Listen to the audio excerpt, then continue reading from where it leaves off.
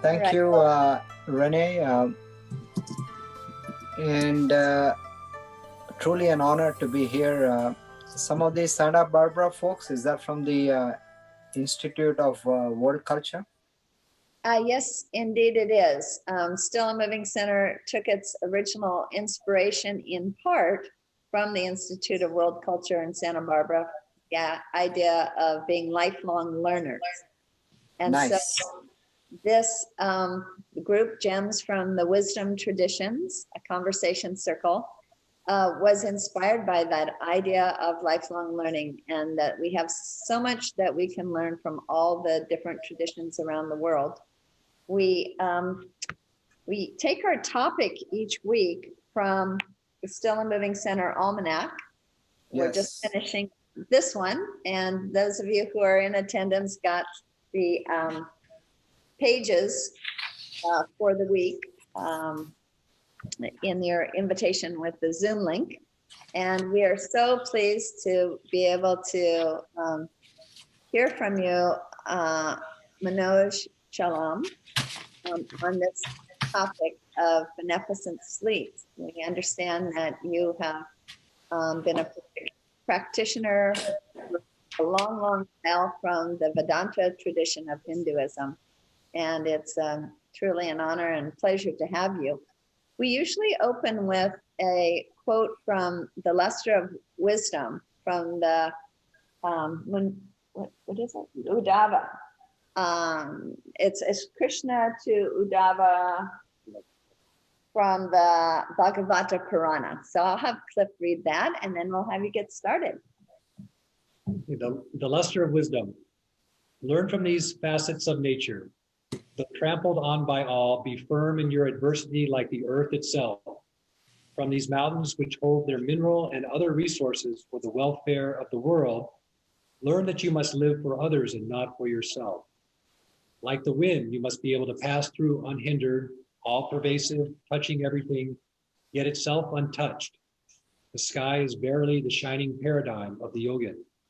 You should be limpid, pure, purifying, pleasing, and refreshing like water. Effulgent with the luster of wisdom like the fire that reduces to ashes all impurity. Like the python, lie still and take only what comes to you, and when nothing comes, fast as the python does. Like the sea, deep and unfathomable, neither be swollen by what flows into you, nor be depleted by what is withdrawn from you. Like the bee, taken little by little, and from good and bad alike, extract the essence, even as the bee gathers honey. Thank you. Manoj. I love that. That's from the Uddhava Gita, and it relates to an article I read recently in New York Times about a 1,020-year-old Japanese store next to a temple that's been selling baked goods like mochi for 1,020 years. So their time horizon is long, and they have put culture before profit. So each generation carries it through. And that's the Indian philosophical tradition, Vedanta. And quite frankly, that's how we can live our lives. If we can live in two time frames. One is more in the moment, and then the second is an infinite time frame. Like this Vedanta teachings are thousands of years old. So when we are able to do that, it's our ego gets attenuated, and it's a much healthy life than our own little stuff. What we feel, is important. We're really minuscule in the larger scheme of things. So live in the moment, and then have a more infinite perspective as infinite consciousness. So today I want to talk about, the topic in general is beneficent sleep. And I'm not going to get into like sleep hacks. There's so many talks out there, yoga nidra, even. I'm going to focus on an ancient philosophy in Vedanta coming from Mandukya Upanishad, which actually talks about sleep states. And this Upanishad actually holds personal relevance to me. I'll share that story. So just a quick background. I'm actually a product of modern India. I grew up in Mumbai. I came to US in 84. I was pretty much agnostic, I will say that. I was very neutral to the whole thing. And I trained as a scientist, engineer. I have a PhD in chemical physics from Cornell. I don't know why I did that, because for the last 20 years, I've been schlepping Indian art, murtis, statues, and I've been teaching about them. So we were introduced to Manoj by Jonathan Colbert, who spends his time going between Santa Barbara and San Diego, who just enthused to me about Manoj's brilliance and good humor, and also mentioned his wife Jyoti, who's a Vedanta scholar. So we're really pleased to have Manoj with us right now. Jai Ganesh. Yeah, I'm more a storyteller and a spiritual stand-up comedian. When you're brown, fat with an accent, you can get away with a lot of stuff. Yeah. And UPS is not the only brown who delivers these days. So this whole philosophy, I will try to introduce you also through storytelling, because stories are very powerful. Symbology, stories, archetypes, Carl Jung. Because if I just tell you like plain philosophy or even a PowerPoint slides, studies have shown a couple of areas in your brain lights up. But when I tell a story, as much as 20 areas in your brain can light up. And you can get into what is called neurocoupling, a spiritual neurocoupling, where the mirror neurons light up in both of us. And sometimes when we are so much in the flow together, your brain lights up before mine. And that's current research done at Princeton. So you actually will know what I'm going to say before I do, when we are totally in the flow together. So we're going to try that. I have 20 minutes, right, Renée? Yes. Perhaps 18 now. So let's get on it. So Vedanta literally means end of the Vedas, Veda Anta. So Vedas are the oldest body of knowledge known to humans. I'm just giving an introduction. Literally, I'm not going to date it. Academicians date it to 4,500 years old, but it's much before that. Okay. And each Veda has two parts. The most of the Veda is religious rituals. And quite frankly, growing up in India, this is really what turned me off, because, I wanted more evidence-based spirituality. And I wasn't getting that from the rituals. Now I'm understanding the rituals more, so I can put a context on it. But at that time, growing up, I couldn't connect. And nobody could explain me why. But the last part of the Vedas, just a sliver, that itself is a lot, is what is called Vedanta, end of the Vedas. And it's pure philosophy. And it's about self-realization. So that's where the Upanishads come. And one of the Upanishads is called Mandukya Upanishad. And Mandukya literally means frog. Just like the way the frog leaps from water to land as an amphibian, we leap from waking to dreaming to deep sleep. That's the closest metaphor I can look at. So this Upanishad discusses 3 states of consciousness. And this holds relevance to me, as I said, because my guru, my teacher, he taught me this for 3 months. Literally, I went and stayed with him. I dropped everything, stayed in India, and then he passed away. So this is very dear to my heart. He actually has written a whole book on waking, dreaming, and deep sleep. So this analyzes the 3 states of consciousness. And it is best explained through a symbol And I'm actually going to draw, as we speak, a symbol Om. Okay. So I usually don't do this while speaking, but hopefully it'll be clear. And if you can see, please tell me. This is Om. Can you see Om? Because I'm seeing it like a mirror, yeah, which is interesting. So Om has 3 curves, okay? So when you chant Om in meditation in a yoga class, so this is the symbol. The bottom curve is the waking state. I'm just going to write as W.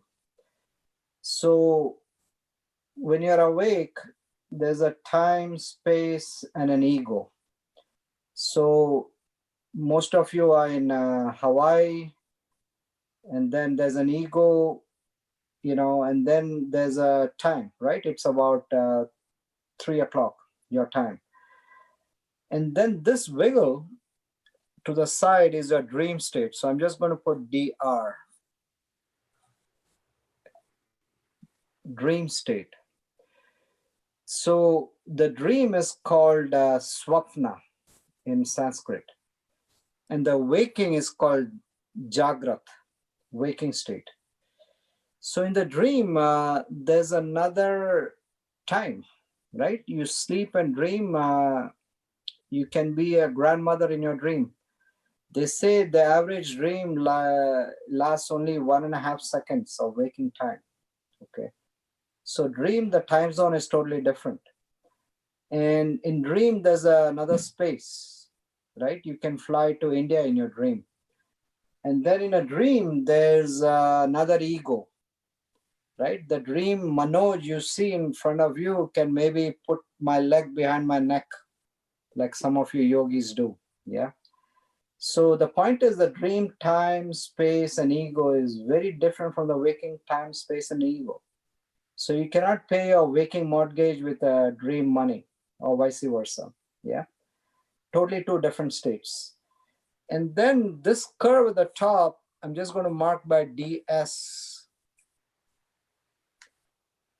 is deep sleep, okay? So in deep sleep, there is no time, no space, no ego, but there's a knowing, because when you wake up, you know who you are. So these 3 states appear totally different from each other, right? Waking, dreaming, deep sleep. And deep sleep is called shushupti, okay? So you have the waking, dreaming, and deep sleep. Jonathan, I see you just joined us, okay? And we go through these 3 states every day.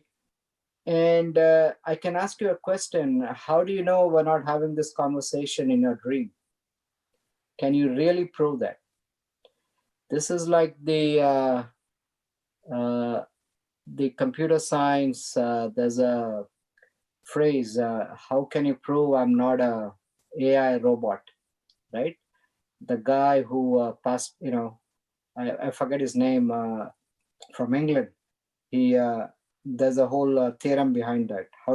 How can you prove we are not having this conversation in your dream? And there's really no proof, okay? And then the second question is, who are you, right? Are you the waker, dreamer, or the deep sleeper? And the answer given in the Upanishads, along with Shankaracharya's commentary, is you're neither of these 3, because these come and go. That is not reality. Reality is defined by something that stays the same. So who you really are is the dot at the top of Om, right here, the dot. That's called the 4th state, or Turiya, but it's not technically the 4th separate state, because it's in and through all the 3 states. That's who we really are. That is consciousness. That's the I am. And that's how you're able to recollect the waking, dream, and the deep sleep. It's the I am. And the curve underneath that is Maya. That's what obscures the self. The self is always there, but Maya is the ignorance in us leads to Maya, that this world is real. And Maya means the world is an illusion. And this is probably the single biggest thing people have a hard time with Vedanta philosophy, that the world is illusionary. Okay. Very hard concept to master. How do you live that? How do you live that? Knowing that. Okay. And I'll get into that a little bit. So the Matrix movie talked about Maya. We're living in a simulation. There was an Oxford scientist who talked about the same thing in a 1993 article, that the world is a simulation. The Disney's software, which makes cartoons of world of make-believe, that's called Maya. Okay. So when you pierce Maya, you arrive at the self. Okay. So it's all in the symbol Om. And later on, if there's time, we can do a little meditation on really about abiding in the self with Om. Okay, if it makes sense, because there's philosophy and then there's practice, and if you really practice, it's about abiding in the self. The self is the same in all of us. So we have three states: I'm waking, I'm dreaming, I'm in deep sleep, and the only thing common is I am. Right? So it's there in different mystical cultures all over the world, the I am, right? Now I want to narrate a story that kind of puts this in, put it in perspective for me. So this is a philosophy. Now, how do you really change your mind, to come to another point of view? And in today's times, there's so many different schools of thoughts. Everyone is in silos, be it politics or religion, or take everything. Everyone has a silo. How does one change their mind? And to me, it's an experience that changes people's mind. When you experience that, that's a truth. Okay, so that's really what happened to me. I had an experience of that oneness, the dot at the top of Om, the self. Because when you penetrate Maya, there is no time or space. That is the oneness. You're beyond time. So the story is, imagine thousands of years ago. I'm going to bring in a bit of mythology, but I'm going to intersperse with my life, your life. So thousands of years ago, the Hindu mythological deity Shiva and his wife Shakti had a story, had a conversation. And that conversation was regarding all of us. So remember, this storytelling is, whether you are a subscriber to religion or not, Hindu or not, it doesn't matter. Even an atheist such as Terry Pratchett, he's a #2 mythologist from England after J.K. Rowling, Harry Potter. He said mythology is where the rising ape meets the falling angel. It's a beautiful junction. So if we live a life mythically, it's a very rich life. It's to get out of this Maya. It's a very beautiful way. So imagine a story like thousands of years ago, Shiva and Shakti had a conversation about everyone's lives. So Shiva would ask Shakti, when did Jonathan meet Manoj? And Shakti responded, that was in 2019, after when we both attended a philosophy meetup group. Okay. And since then, our friendship has grown. So all these conversations have been recorded. And their son Ganesha, he's a god of writers with a broken tusk, right? He writes the Mahabharata, the Bhagavad Gita came from that. He wrote all this down, and he revealed all this to 7 enlightened sages. And in that state of enlightenment, you're past time. As I said, time is an artifact of this simulation. So these sages, 7 enlightened beings, were able to see in one snapshot everyone's lives. And then they wrote down on this ancient, like palm leaves, literally everyone's lives. It's like the Akashic records, if you're familiar. So everyone's lives was recorded. Now, this was passed on from thousands of years ago, and now they exist in a little village in Tamil Nadu in South India called Vaiteeswaran Koil. And I actually went there 15 years ago. I was on different pilgrimages in India, just like Renée did. And, I was very curious about art, temples, because I got into the business of selling art and I morphed into a teacher.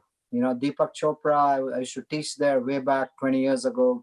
So Deepak had mentioned about these scrolls and he found his scroll. So I wasn't planning to go there. I was just visiting temples, but I was waking up from a jet lag and the driver, and you don't want to drive in India, right? It's crazy. You just want to rent a car and sit in the back seat, and you don't even want to do backseat driving. So I saw a sign with that town name, Vaiteeswaran Koil, and I suddenly had that epiphany, hey, maybe I should go there. So we went in this little town, and it's really a small village. There's only one hotel. And we scoped out where these palm leaves are. It's called Nadi Scrolls, Nadi. And next day, bright and early, I go to this Nadi center. They take my right thumbprint. And for women, it's the left thumbprint. And your thumbprint holds your karmic life. So through the story, I try to bring out certain aspects of the philosophy. There are 108 ways karma has determined your life. So he took my right thumbprint and he said, okay, I'm going to bring out some scrolls from the back, but you don't volunteer any information.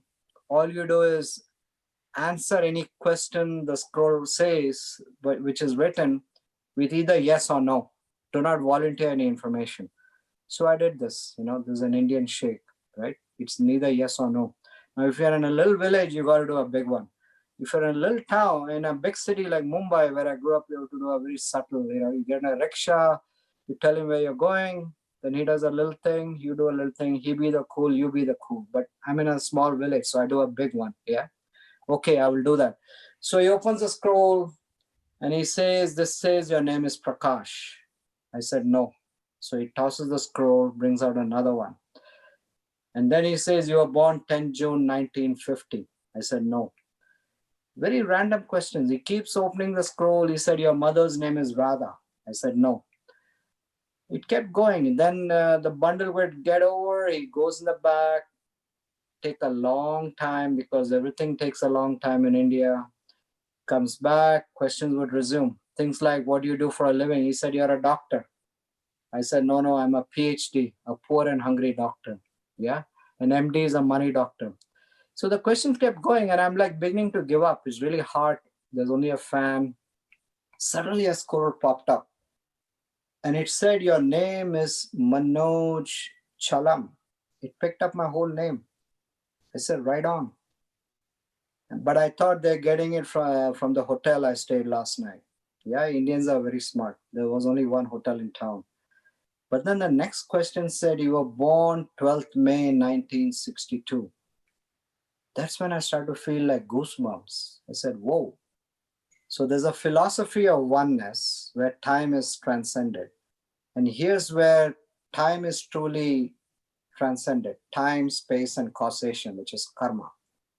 Because that scroll then said, your father's name is Venkatachalam. Right on. It said, my mother's name is Raja Lakshmi. Correct.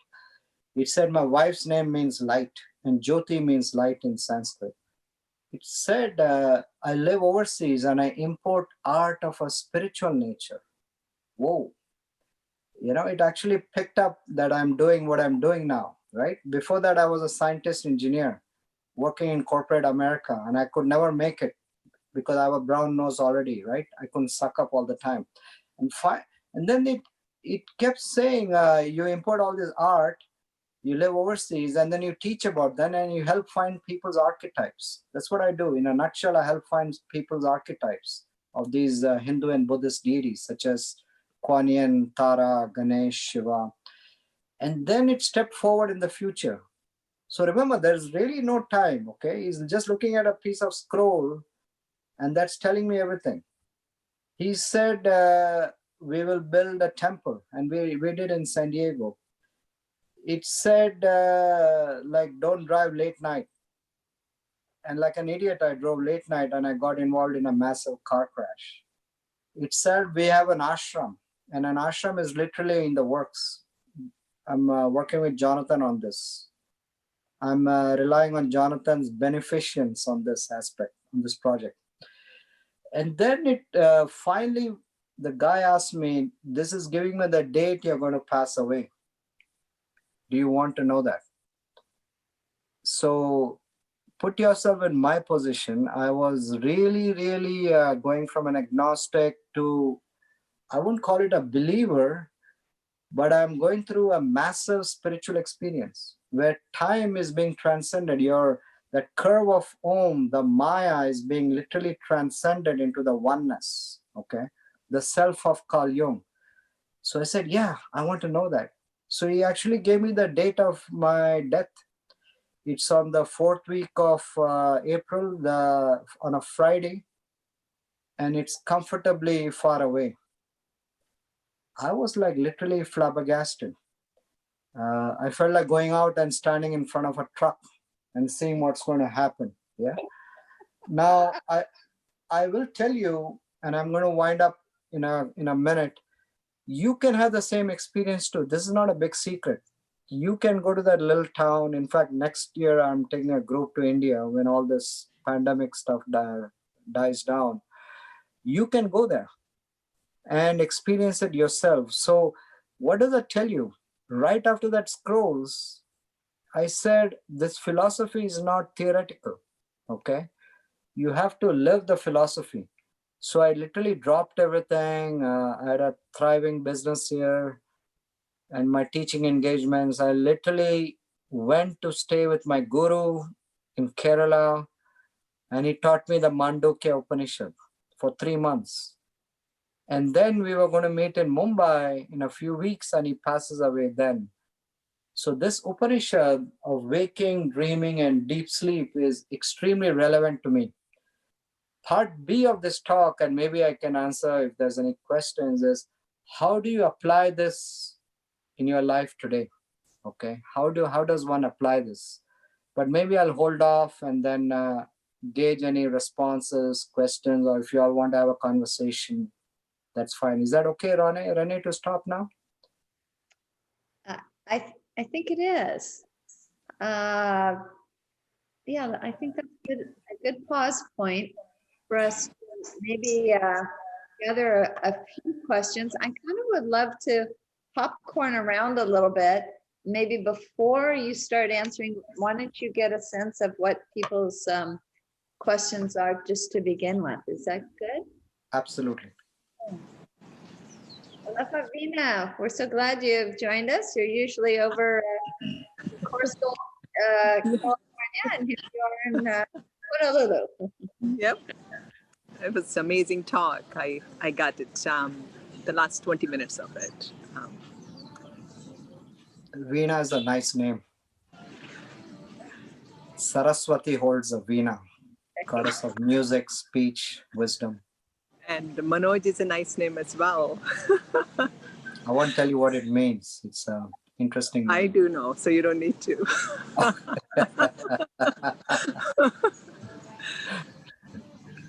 Veena, do you have a question for us or a comment to make on the topic?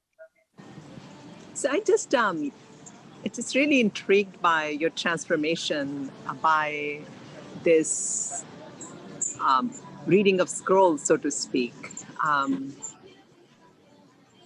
So how do you feel this is a transformation in your consciousness, or, of course, whenever we find out about, from someone we're so intrigued by that experience of, like, how do you know, like you said, the time sort of disappears and bends and, or comes full circle.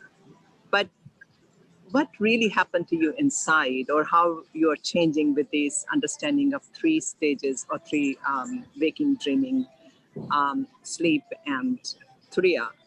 How are you living those stages in your life? Great question. On the immediate aftermath, what happened was literally the next day, spontaneously, I stopped eating meat. I stopped drinking beer. I had my last beer the earlier week. So something happened. And then, as I said, I said there's something very real in these teachings. And I started my spiritual journey seriously. Before that, it was like, it feels good, it's entertainment, but now is a time for work. But it also relaxed me, because when you look at it even deeper, there is no free will. There's an ongoing debate between free will and determinism. And many physicists have gone into it, philosophers talk about it. In fact, Neil deGrasse Tyson had a meeting in New York with philosophers and physicists, and the consensus was 80% of them felt there is no free will. And interestingly, in Sanskrit, in Vedanta, Bhagavad Gita, there is no word for free will. Okay, there's a word for will, but it is God's will. Okay, so it relaxed me, to answer your question, Veena, that there is things happen for a reason. It gives me that evidence, if you can say that. But in a practical sense, the way you can also apply it, look, you can meditate when you're in the middle of a heated moment at work, or somebody drives you, cuts you off and shows you the finger. Your mind is into the vrittis, the fluctuations. But if you can do a simple thing, if there's one takeaway I would like people to take away from this conversation, is if you can tell yourself, isn't this interesting? Just say yourself, whenever things get a little too intense, if you tell yourself, isn't this interesting, you step back more into the witness. The witness is closest to that dot in Om, right? The Turiya, the past the curve. So when you're in that witnessing consciousness, things are not as intense. And in fact, you can see the humor. I prefer to look on the world with a bit of humor, and I'm part of the dance. And that's really very, to me, very powerful way of using this concept. So in other words, you can live in the waking as if you're in close to deep sleep. And there's been a lot of research done on it. It's called the flow state, right? In the flow state, the brain waves have slowed down. It's between alpha and theta. It's in between 4 and 8 hertz. And in that flow state, time literally slows down. The feel-good neurotransmitters bubble up, such as, there's a neurotransmitter called anandamide. Anandamide bubbles up, serotonin, dopamine, norepinephrine. So you are just, there's a sense of joy, ananda, without any sort of thing happening to you. And that's a huge payoff by living as if you're in beneficent sleep. You're like sort of in that state, and there's a meditation we do on it where the eyes are half open, half closed. It's called the Shambhava Mudra. So I'll narrate one quick anecdote before we move on. I was where this really helped me. I was teaching a workshop in Vermont. I travel a lot. Before all this craziness started, I literally made like 30,000 people a year in my travels. I travel to yoga studios, festivals, and that's my seva. I literally travel and I don't charge. It's something gave me that fire. So, and I would love to come to Hawaii. I've been there several times to teach, and I would love to come. So when all this stops, I would be delighted. So I went to this little town in Vermont called Manchester, a ski resort, wealthy town in the fall season. And I'm teaching in a yoga studio, and there's a very fancy hotel called Hotel Equinox. It's the fall. and their room rates are very expensive, like $500 a night. And in the middle of my workshop, I took a break. I went to the hotel. I'm wearing my hippie attire, just a t-shirt and pants. And I'm saying, why is this hotel so expensive? And a gentleman comes up in his limousine. He gets out and he tells me, Jose, can you carry my bags? Yeah. So, okay, I'm seeing myself in this drama. And it's become second nature. I immediately use the words, isn't this interesting? So that kind of creates a gap. You're more in that beneficent sleep while waking, the witnessing awareness. So I said, yeah, I'll be happy to. So I literally carried the bags to his room and he tipped me $100. I said, whoa, and as a good capitalist, I took the tip. So here was an occasion where there was cultural appropriation. He mistook me for a Mexican dude. But I was okay with it. I didn't get triggered. So we can live in this world. There's so many triggers and micro triggers. If we watch ourselves as part of this drama, it's a very healthy way to live. So that's a long story for a short question.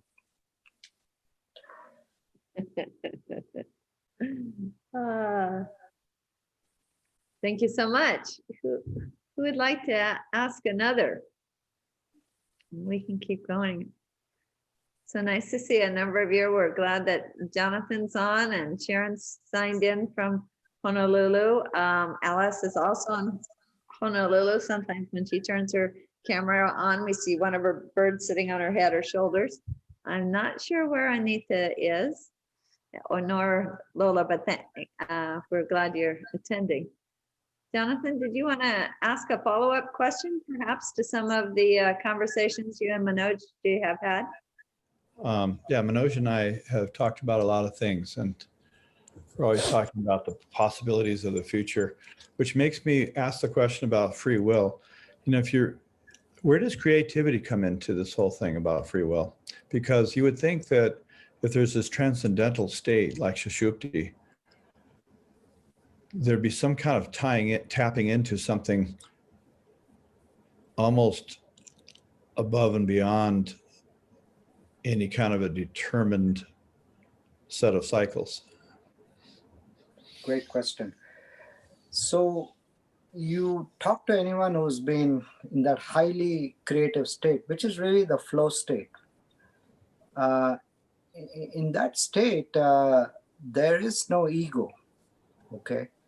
And that's the closest there is to witnessing awareness, where the mind thoughts slow down. So there's a difference between the mind and the brain. So I talked about the 4 to 8 hertz of the brain, but here the thoughts slow down and you are literally in the flow, and it's almost like you're channelizing something, okay? That is a very powerful state. So this sort of training can help you be extremely creative.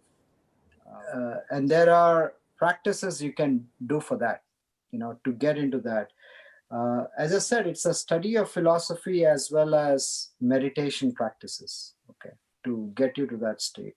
If I may just add one more thing. Sure. See, the ego, when I said it's not there, we're trying to get rid of something that's really not there, which is the interesting thing in spiritual path.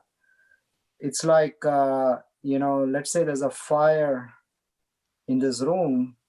My senses will detect the smoke, and the intellect, which is the buddhi, will consult with the memory aspect of the mind, the chitta, and the intellect will make a determination that from the past you've been burnt by fire. And then the intellect will tell the 5 organs of action, the karmendriyas, to get out of there. So this process is done like automatically. What does the ego do? The ego actually does nothing, but it rushes in to claim ownership, that I did this. So on the creative path, when you're doing that full on, there's no ego. But the ego usually comes later. So where the creativity really gets enhanced is, when you work on the spiritual path, the ego death, the ego attenuation, then you're in that state all the time. You're in that beneficent sleep state all the time, not just when you're working on something creative. So the creativity has literally expanded the whole time.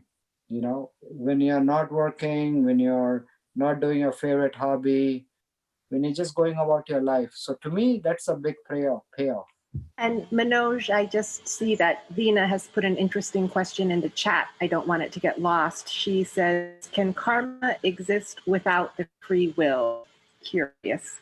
So another question. Yeah. So karma is means, as you know, like karma means action, right? So we, we've had millions of lives and billions of karma. And each time we do an action, it creates a consequence. So it is almost like we are a moist robot. We're a robot with feelings. And I can cite some scientific experiments that corroborate this. But the point is, you cannot put enough good karma to alleviate all the bad karma. Okay. So the karma we come into the world, in the thumbprint called prarabdha karma, it's like a backpack we come into the world with. It's usually 50-50, good and bad. And, we think we have free will. I would put it an illusionary free will, okay, an imagined free will.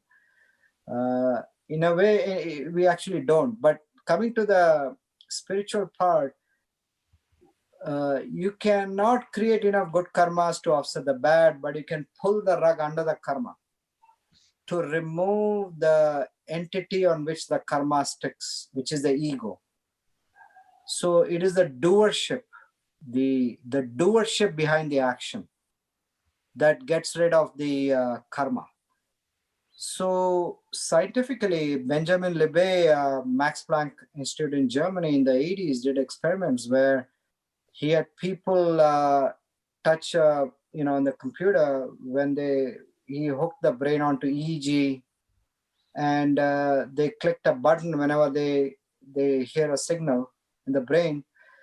And he found that as much as 7 seconds before they were aware that to click, the signal went off in the brain. In other words, before I grab the cell phone, as much as 7 seconds before, there's a signal in my brain before I'm aware that I'm going to grab this phone. So that's why there is, it's largely deterministic. But there's something called a free won't. It's not a free will, it's a free won't. So in that 7 seconds, we can make a decision not to grab the phone. But how likely is that? Probably 1% likely. So most of the time we are moist robots. We are fully programmed with karma. And moist is we have all these feelings and emotions, and which is all good. I'm not saying we need to be like robots, but it is to transcend that and realize the self, moksha. To me, there's one major takeaway from this whole philosophy. It's moksha. It is awakening, spiritual awakening. I was wondering if maybe thinking about alignment, the idea of alignment might be helpful in relationship to will and karma, in that sometimes it's possible to be aligned with, say, the universal will or the divine will, but most of the time we're not. And when we're not, we're more apt to generate karma. But I was thinking, especially the way you talked about the symbol of the Om, I'm recalling this statement by Shankaracharya, where he says, when you go to sleep, You should imagine yourself being drowned in an ocean of bliss. And he also says when you're walking about to be like a wave of the self. I was wondering if you could suggest something in terms of preparation for sleep, in terms of how to align with that Turiya state prior to actually going to sleep. Do you have any thoughts on that? Yeah, Cliff, right? Cliff? Yeah. Yeah, great point. Your first point, aligning, I totally agree with you. When we align ourselves with what is called Ishvara's will, yeah, universal will, then there is no individual karma.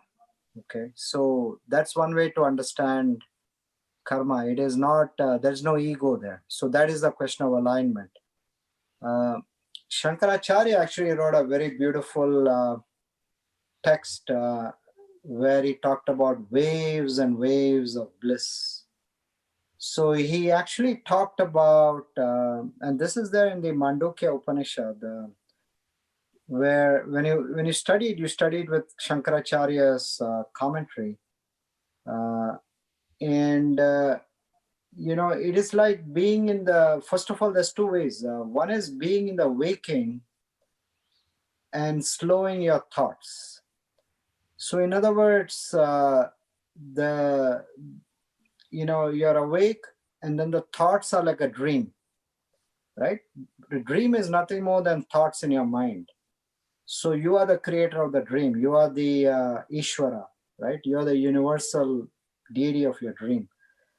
But then the space between your thoughts is deep sleep.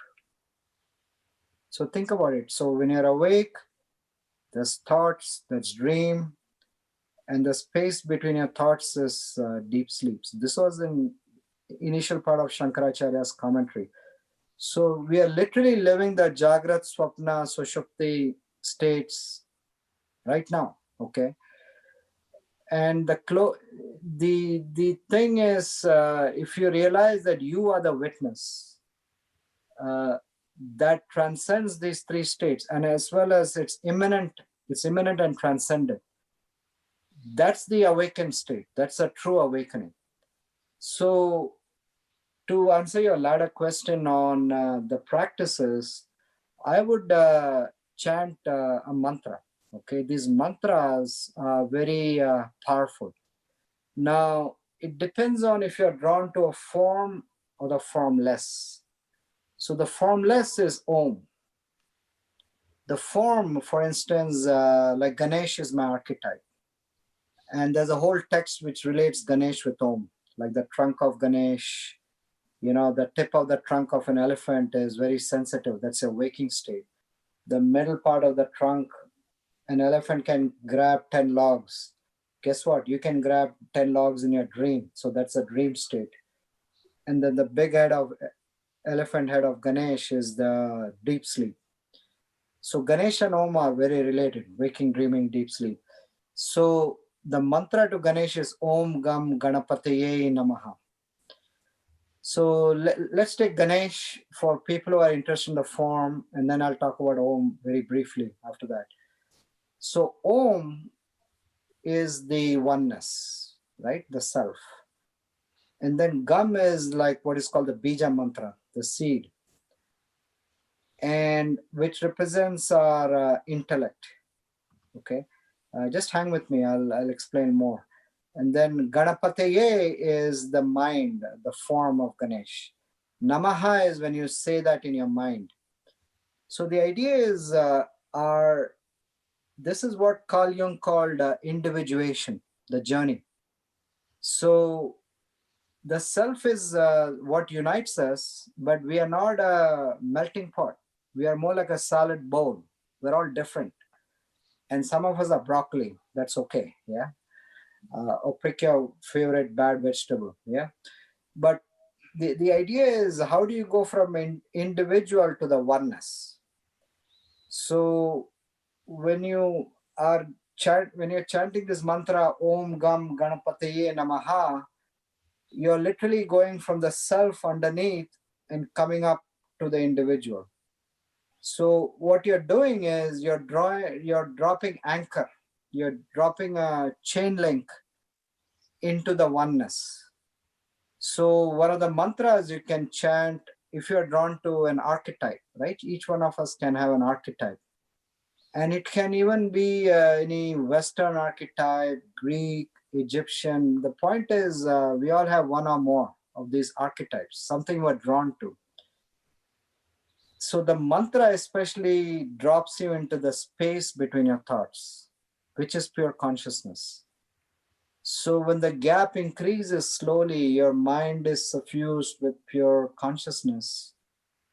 And that's how the mind envelops within the self. That's one way of doing it. The other way of doing it is when you're drawn to more the formless. Like my wife, like before, my wife is a scholar of Vedanta.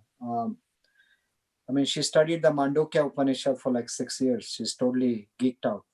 And she's teaching a Zoom class tomorrow on Vedantic meditation, abiding in the self. So you're invited. If you want to reach out, I'll send you the Zoom link. But when she grew up, her archetype was Ram. And now it's Om. It's a formless.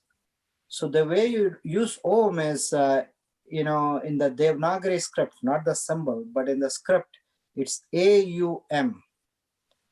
So A is the waking, U is the dream, M is the deep sleep. And the space between consecutive chants is the Turiya, the oneness. So when you're lying in bed and you're finally done with your phone, iPad, give it a few minutes to chant Om, Om, Om. And again, let the gap slowly increase. And it's a very beautiful way to enter, your true self. And you'll find next day when you wake up, you're in the liminal state. Liminality is in between your sleep and waking. That's why the Hanuman you have, Renée, is a liminal deity. Hanuman is half monkey, half man. In the liminal state, when you do this meditation, you're extremely creative, okay? Because that part stays on into the next day. So it's a very powerful way to bring these teachings in a practical sense. Yeah, thank you so much. We have someone here who is a lifelong Catholic who has a very deep practice. It's always seemed interesting to me that when you say Amen, it's pretty close to Om. Absolutely, absolutely. And I wonder, maybe Mary would like to say a little something. She also, when you spoke about, relating to other forms than, for example, the Hindu forms, it could be something from the Western tradition. I'll let her talk just momentarily about maybe what she visualizes in terms of a form of meditation. Yeah. Well, thank you, Renée, and thank you, Manoj, for your presentation.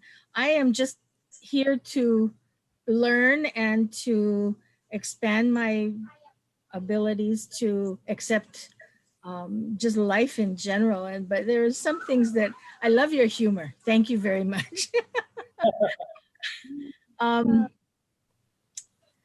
When it's interesting to ask about meditation because I do a lot of praying. I pray the rosary.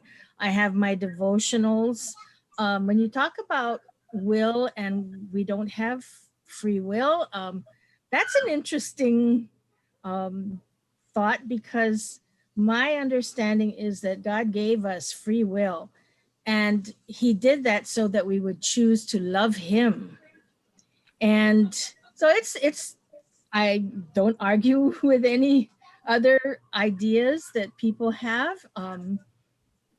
We're all different, and it's wonderful that this group is able to share different teachings, different ideas, and we're all very open to that and tolerant. And I applaud Renee and Cliff for allowing all of us to be part of this wonderful experience.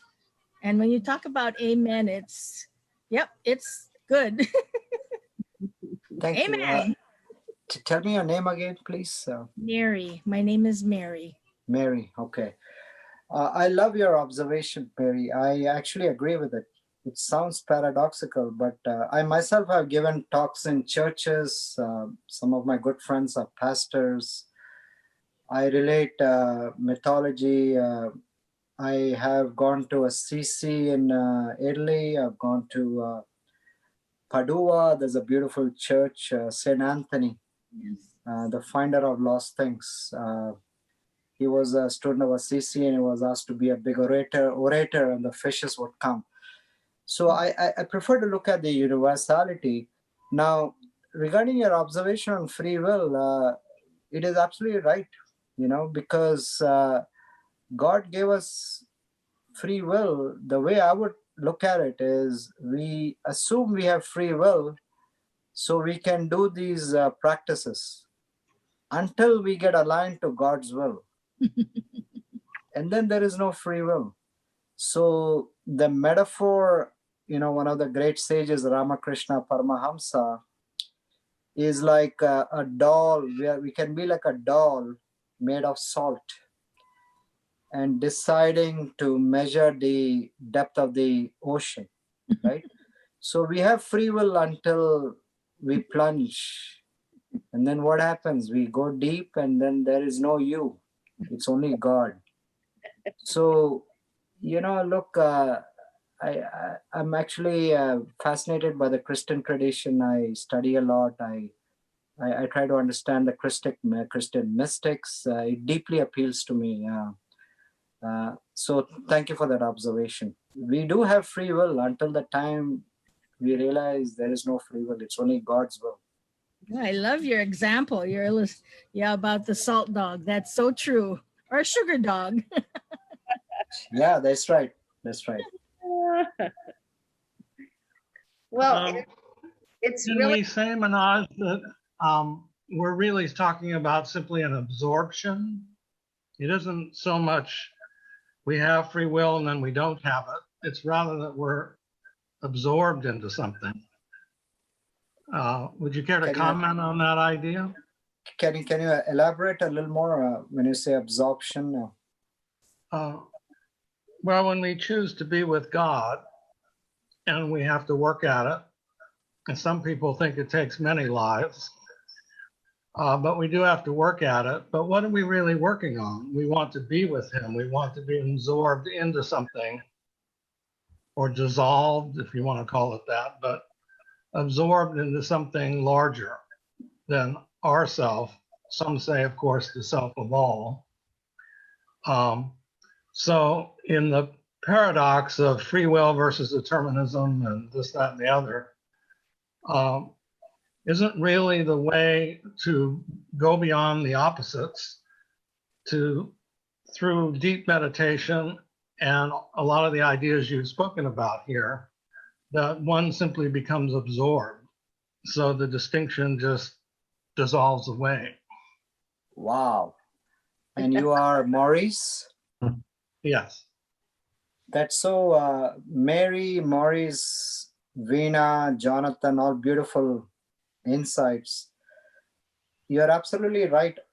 You talked about holding the tension of the opposites, right? Free will, determinism. That's classic Jungian philosophy.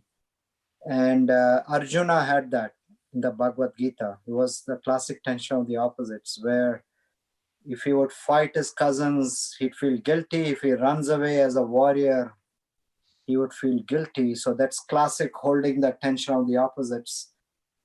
And Jung says you hold it long enough, a third force emerges. So the third force in Arjuna's case was there is no doership again. It's all the self there is. The only real thing is the self. Everything else is fake news. Yeah, that's a philosophy. Yeah. So the question of absorption, that's one way to look at it. Okay. That's the path of like devotion, Krishna or Jesus. Jesus and Krishna are very similar archetypes. Cowherd, shepherd. When you look at a lot of, the relationship with the son of God, the Mitra, the Horus, when you go back to the archetypes, a lot of similarity. So the path of Krishna, which I'm more familiar with, is bhakti, devotion. You absorb with the self. But the path of Shiva is wisdom, jnana, is to realize you are the self. It's the same thing. Heads are win, tails you lose. That's why you have so many different ways. Where we are born is karma, right? If I'm born, here most likely I would have been a Catholic or in a different family, etc. But if you look at the universality, that's why Vedanta is really universal. Now I talked about some Hindu deities. There is no deities in Vedanta. It's all the formless. It's pure philosophy. So the form is just a temporary thing, like a pole vault. Yeah, the pole vault, I use the pole, but we drop the pole at some point to go to the non-dual formless. So the point is the goal is the same, as you said, Maurice, the self. The paths are many, so many. And so to me, every religion is all beautiful. It's all the same. Thank you. Really, really beautiful. I'd like to call on either Cliff or Jonathan, whoever feels like speaking up, for a thank you to Manoj. This has been a really wonderfully exciting from an interior perspective session for me in terms of all the panoply of ideas that have been put forth. I feel like I could ask questions until the end of the evening and never have asked all the ones that I have. But I do see the time, and so I'm going to ask Jonathan if he would give a vote of thanks for us on behalf of Still a Moving Center and this Gems from the Wisdom Traditions conversation circle. Jonathan? Oh, I guess I'll do the best I can, but what Renee said, it was just fantastic, actually. What a wonderful vote of thanks in and of itself. But yeah, you can talk to Manoj all night, that's for sure. I really appreciate the presentation of the form and the formless, and of the diagram with the formless and then the Maya and so forth. Very instructive, and so many practical applications, and about the fact that the Sushupti is apparently not something that is just far away and that we don't have access to it. And what Manoj does so well is to show us how it's really the interstices of that we find ourselves in the here and now, and that there's aspects of Sushupti in it can be in every day of consciousness. We just have to have the witness, that distance to be able to see things from the perspective of the witness. So thank you very much, Manoj, for doing this. Yes, thank you so much. We just can't thank you enough, Manoj. We hope we see you many more times in the future. Truly an honor. It's a beautiful reason we connected. No doubt. Thank you. Thank you so much. Okay. Thank you, everyone.